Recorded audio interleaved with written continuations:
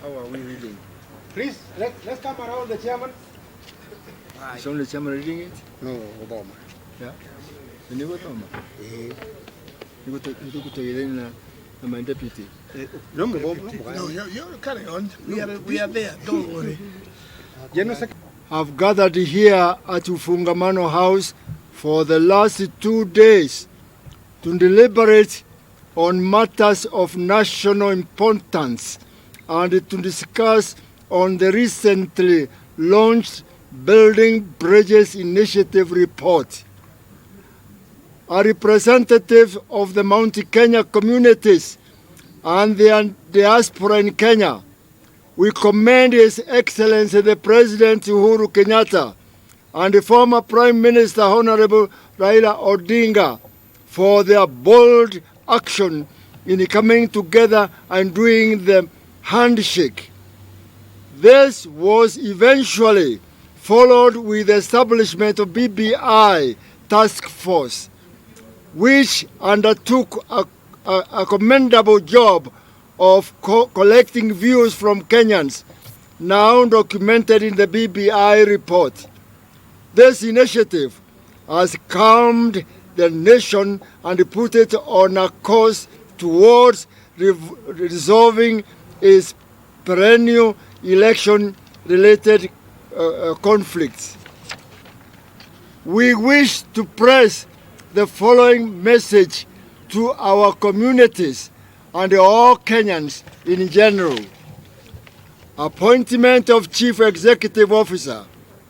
The Executive Council of Gema Cultural Association, GCA, has decided to strategically revamp and strengthen the operations of the association and its institutions. In this endeavor, the Council has appointed Reverend Canon Peter Karanja as the Chief Executive Officer of GCA with effect from November 2019. BBI report. GCA Executive Council appreciates the work done by BBI Task Force in gathering, collecting and publishing the recommendations of Kenyans, focusing on various counties' social, political and economic challenges. We have this forum taken this time to review the document and noted the principal proposals made. We affirm in particular the proposals for inclusivity and the dignifying of the opposition by reinstating office of the leader of official position, who should be actively involved in political discourse and in parliament.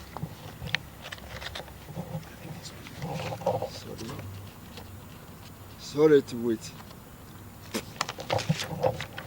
We also appreciate and affirm the proposal of ensuring that electoral and economic injustice is done by protecting the one man, one vote approach, which should subsequently be used in allocating resources on the basis of population demographics rather than merely on size of land.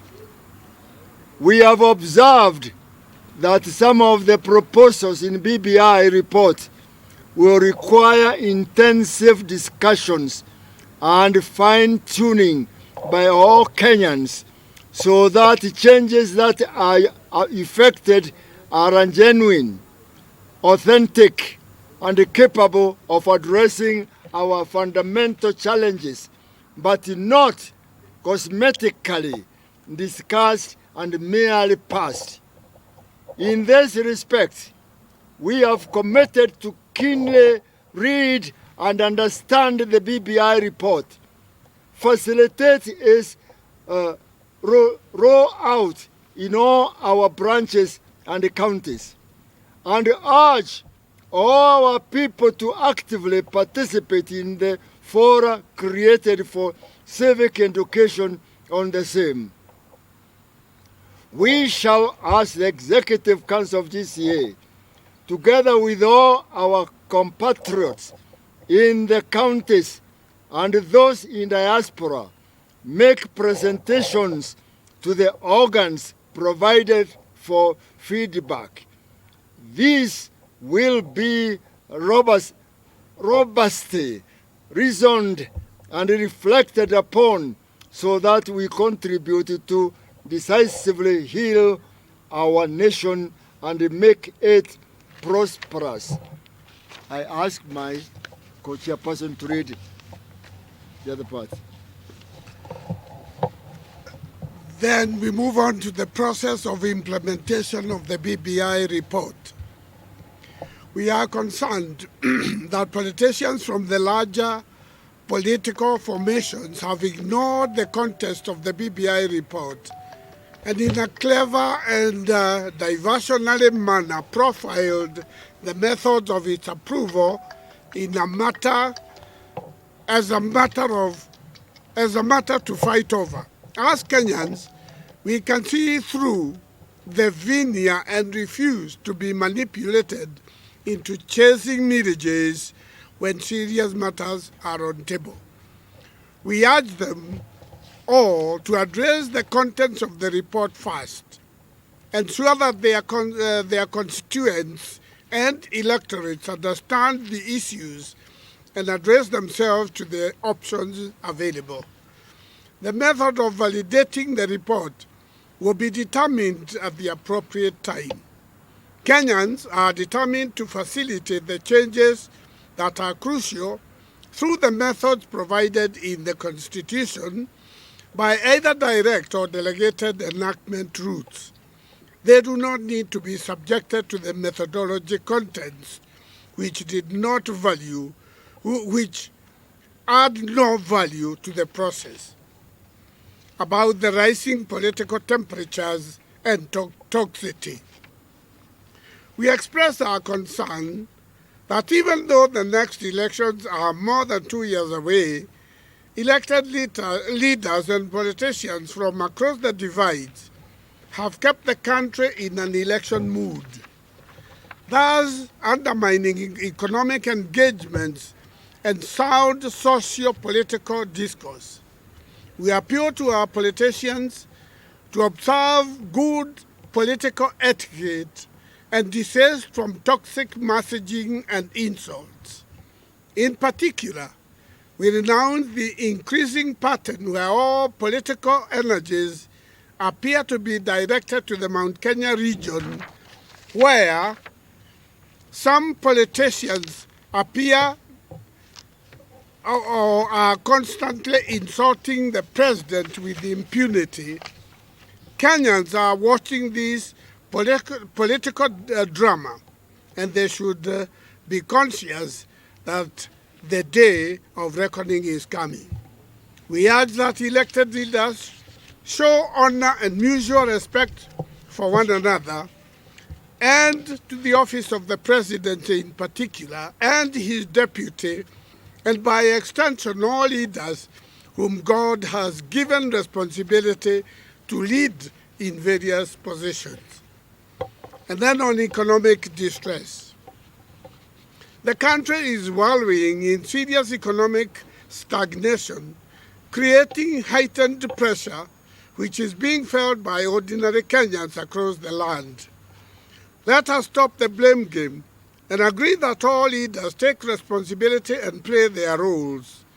We note that most of the services which generally would help to address and reverse this situation are devolved and therefore should be handled by county governments.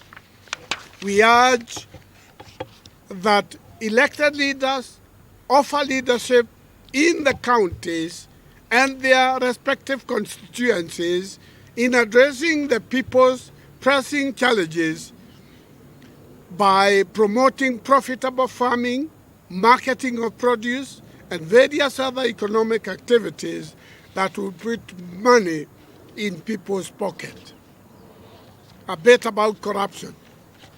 Kenyans have over the years been grieved by the increasing and enduring magnitude of sleaze, pilferage, theft, and wastage of public resources by those entrusted with them, both at national and county government.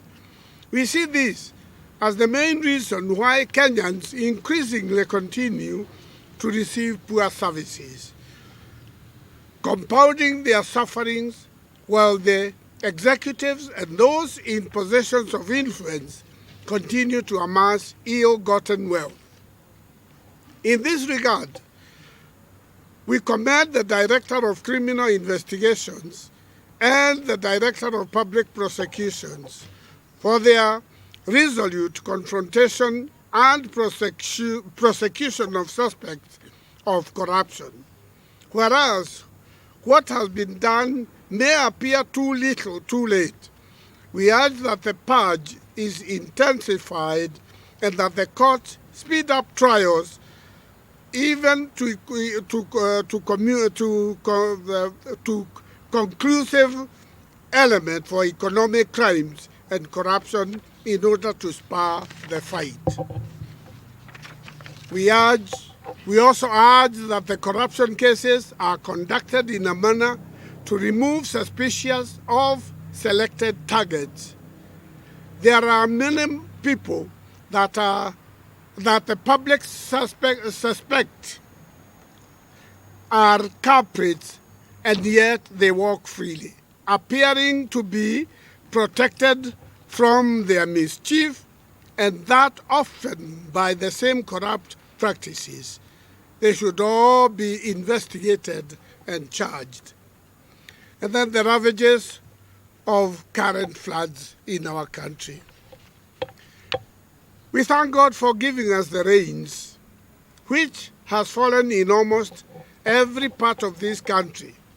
But we are saddened by the deaths and loss of property occasioned by the heavy rains that continue to pound different parts of Kenya. We pass our condolences to the families who have lost their loved ones in the floods. Equally, we send our condolences to the families who lost their loved ones in the recent building that collapsed here in Nairobi in Tasia. We wish quick recovery to those that were injured. We urge the relevant oversight and other national and county government institutions charged with the responsibility to handle disasters to be vigilant and apply due diligence in order to preempt such occurrences by exercising their mandates effectively. And finally, the Gema Executive Council wishes all Kenyans a blessed Jamhuri Day, a Merry Christmas, and a prosperous year 2020. Again, we urge security agencies to be vigilant and be watchful in securing Kenyans and their properties during this festive season. Finally, we encourage motorists and other road users to exercise great caution on the roads to avoid accidents and loss of life, which has been characteristic of previous festive seasons. May God bless you all. May God bless Kenya. Amen. Somebody answer that one? Well, you're not very clear, but what we have said is that all the agenda that is there, once you read and you bring up every single concern that may not have found its way through the BBI initiative, then be able to bring it up. We are not a cut clear kind of a dictatorial impression. We are saying, everybody, whatever your contribution is, bring it up. We will take it up. It will find its way in BBI.